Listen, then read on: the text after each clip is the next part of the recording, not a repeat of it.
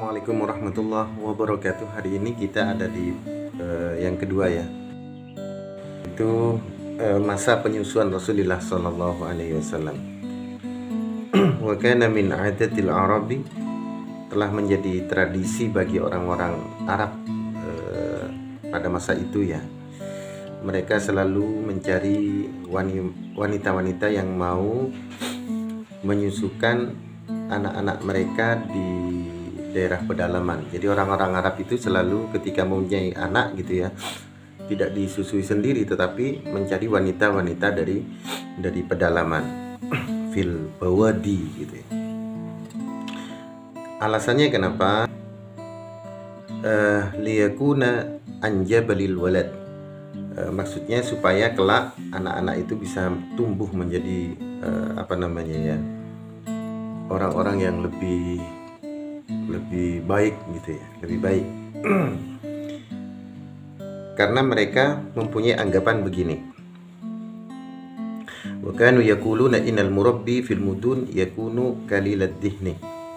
Jadi mereka mempunyai, orang-orang Arab ketika itu mempunyai pandangan,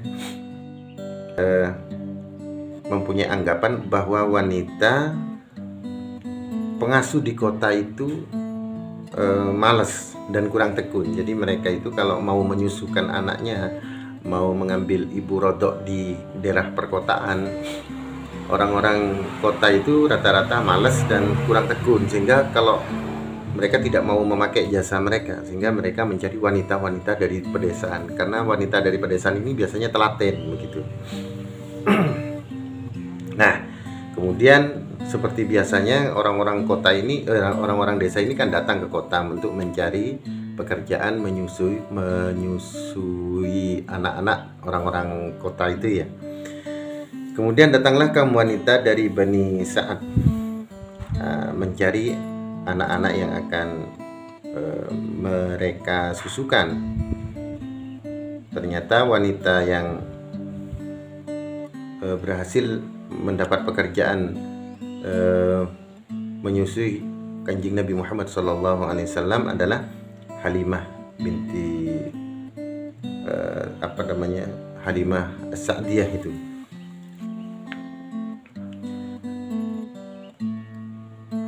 Halimah binti Abi Zu'aib As-Sa'diyah ya. Itu yang menyusui Rasulullah SAW. Dia asalnya kan orang-orang itu yang datang dari desa itu ketika itu rata-rata tidak mau menyusui Rasulullah SAW. Kenapa? Karena Rasulullah itu ketika itu yatim gitu. Karena orang-orang desa ini berangkat ke kota untuk mencari pekerjaan menyusui anak-anak itu kan ingin mendapatkan upah begitu ya. Nah, ternyata mereka melihat Rasulullah itu seorang anak yatim, sehingga mereka itu tidak tertarik di dalam hatinya karena dunia gitu. Saya akan dibayar berapa ini wong anaknya anak yatim gitu. Nah, Halimatus Sa'diyah inilah yang ada ketertarikan batin. Jadi memang sudah ditentukan oleh Allah Subhanahu wa taala. Ketika menggendong dia tertarik gitu ya, untuk menyusui Rasulullah Sallallahu Alaihi Wasallam. Nah, nama suami daripada Halimatus Sa'diyah ini adalah Abu Kabsyah namanya. Nah, dan kemudian nama inilah yang dipakai sebagai sebagai nama panggilan Nabi Muhammad SAW oleh orang-orang Quraisy manakala mereka mengejek Nabi dengan mengatakan begini, orang ini adalah anak Abu Kabsyah yang menyampaikan wahyu dari langit gitu. Jadi karena Abu Kabsyah ini kan orang desa, ketika Rasulullah SAW mendapatkan wahyu, orang-orang Quraisy itu mengejek Nabi Muhammad SAW. Oh, ini kan anaknya Abu Kabsyah gitu ya. Walaupun anak susuan maksudnya oh anak kampung begini bisa jadi nabi. Masya Allah.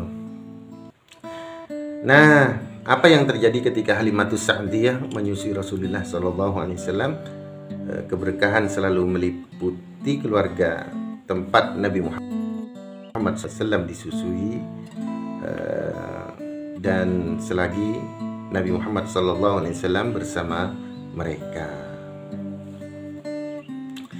Jadi, nah,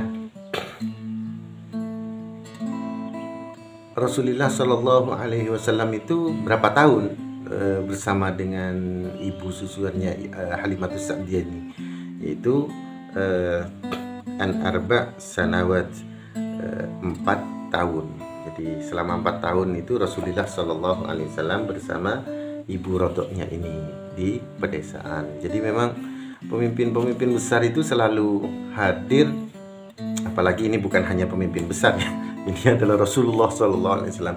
Tapi riwayatnya orang-orang besar itu selalu seperti itu memang. Sudah memang tu'izzu man tasya wa tuzillu man tasya. Ini kan kemuliaan terkait dengan kepemimpinan, itu kan hak prerogatif Allah Subhanahu wa taala.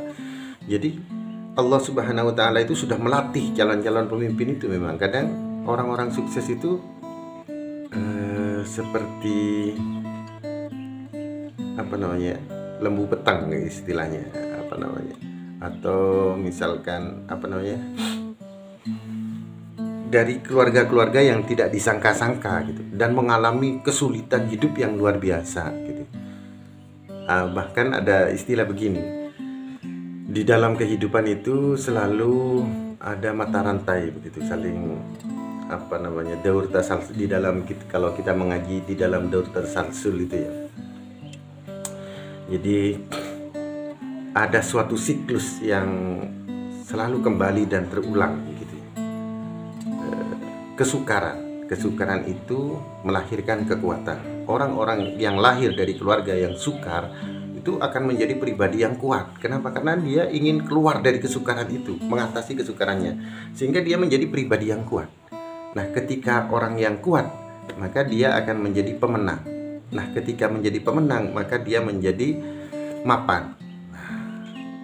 Ketika menjadi mapan, maka kembali lagi nih, kalau orang-orang yang lain ya, ketika mapan, suatu keluarga sudah mapan, maka akan melahirkan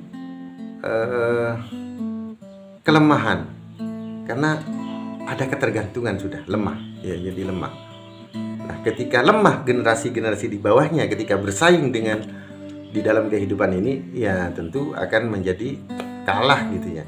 Nah, ketika kalah persaingan dalam kehidupan, dia akan menemukan kesulitan dalam kehidupan. Nah, ketika sulitan terus kembali seperti itu. Jadi subhanallah ya. Jadi itu ceritanya Rasulullah SAW. Bagaimana beliau seorang yatim gitu ya Allah, masih 2 bulan di dalam kandungan ibunya sudah ditinggal oleh ayahnya. Seorang pemimpin besar, seorang nabi utusan Allah Subhanahu wa taala. Selanjutnya kita akan lanjut di bab berikutnya. Jazakumullah khairan. Assalamualaikum.